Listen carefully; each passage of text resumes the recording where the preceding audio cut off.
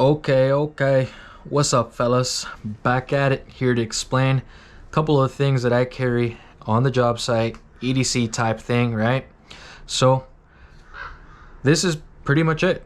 This is what I always have on my person. Of course, I have my tool bag, of which I pull out tools that I may need for whatever I'm doing. But typically, this is what I always have on me, right? Real quick, measuring tape, Sharpie, Pica pencil, Milwaukee fastback blade. Let's start with my measuring tape, right? So it's a pretty basic Husky measuring tape that I got from Home Depot. So have this measuring tape that is 25 feet long, about 1.25 inches here, blade diameter. Hold out, stand out, whatever you want to call it, is about 10 feet. Non-magnetic tip, that's one thing that is kind of a hot take of mine. I think magnetic tips, for the most part, I think they're going to be pretty useless, because on a job site nowadays, if you're doing commercial like I am, you're going to have metal shavings everywhere, and those metal shavings are going to get caught on your tape, and if you go to pull out your tape, you're not wearing gloves, it's going to cut your finger. I'm saying that because I've had it happen. So frankly, I don't like the magnetic tip.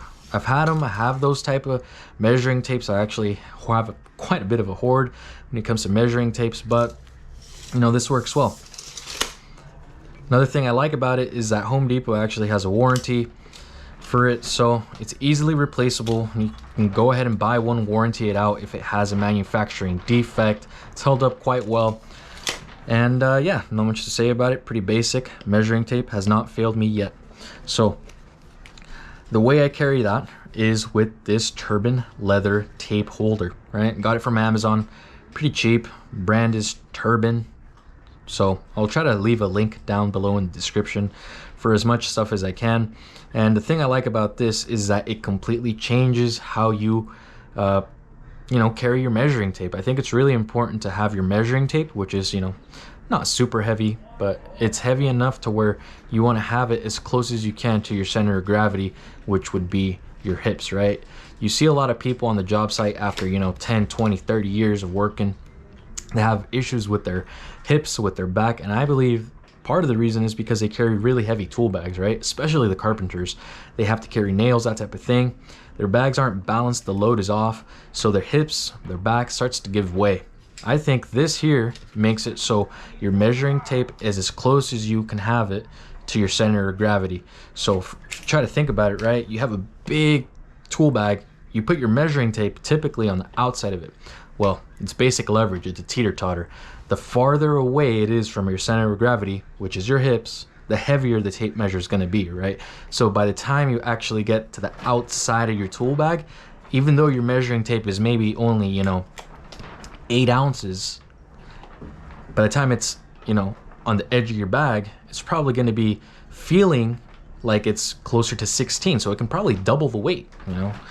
Haven't done the math on it, that's just an example I'm giving you, but that's the reason why I like to keep it on this here.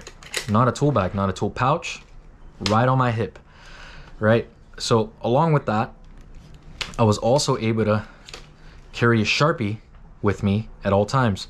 So this little hole here is meant for a pencil, but I was able to shove a Sharpie cap here and have it held in by friction.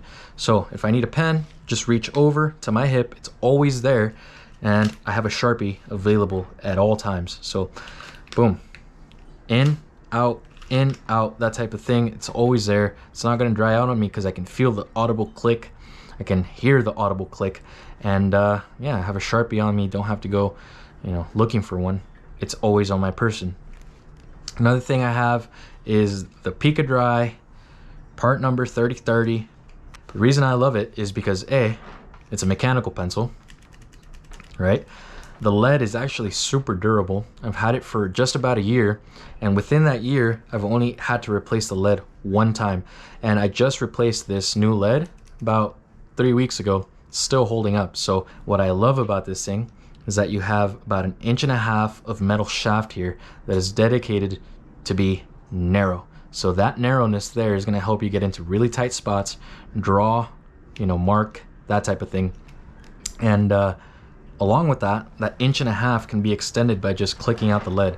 The lead is thick enough to where it's not going to break if you you know, have to end up drawing it out another 1.5 inches. So now you have 3 inches of potential marking, well, really precision marking to get into the really tight spots. I know they sell the chalk, you know, blast bottles where you have to get into somewhere tight. You know, you press it in, it throws out some chalk and it marks whatever you need to mark. But this essentially serves the same purpose, and along with that, it's a pencil, right? So this is, you know, one of my favorite EDCs for that. I will mention it has a sharpener here, but I don't ever really use a sharpener. If you're a furniture finisher or furniture installer, you're probably going to use it because that's typically where you want more precision. But if you just want to, you know, mark typical things, you're going to go ahead and do it with just a blunt tip like that. It's going to last a lot longer if you don't sharpen it. So that's what I carry. The last thing that I carry on my person is this Milwaukee Fastback, you know, multi-tool.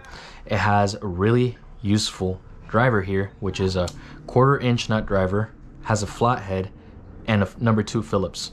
That alone is what distinguishes it and puts it above all other type of little, you know, utility blades that I've had, have had, will have. This for me is my bread and butter. I ain't getting rid of it. Can't happen. So nut driver, screwdriver is in line with this. So when you're driving, you're screw driving, it doesn't feel awkward. It's not offset. That's one thing that I've really come to notice. If you have a, you know, a multi-use tool, you want it to serve every purpose as well as it can. As you can imagine, having an offset screwdriver, well, it's going to be clunky, not easy to use, not a joy to use. And yeah, this thing is locking, so it locks in place, right? So you have a 90-degree lock, right? Or sorry, I guess that would be 180 degrees from its closed position. Then you have a 90-degree friction lock, which is not, you know, a detent. The 180-degree lock is held in with a spring detent, but the 90-degree is just friction, so you can get some extra torque that way.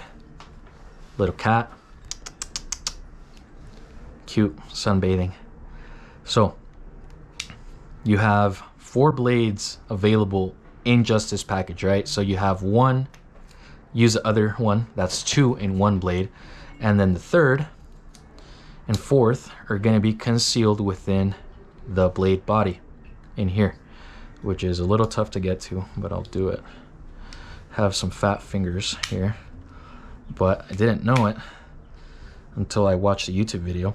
This blade actually has an extra spare blade that is concealable inside of the scales. As you can see, it holds it in. It's held in by a spring detent, so you're not going to lose it, right?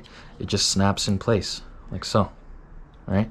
So you have 4 blades, and the thing I love about this knife here is that it locks closed, locks open.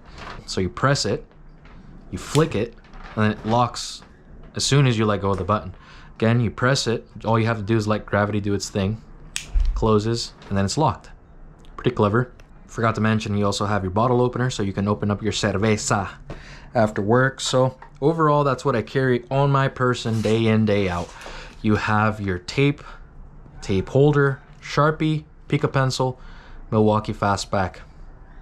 With these, you can do a lot. Peace.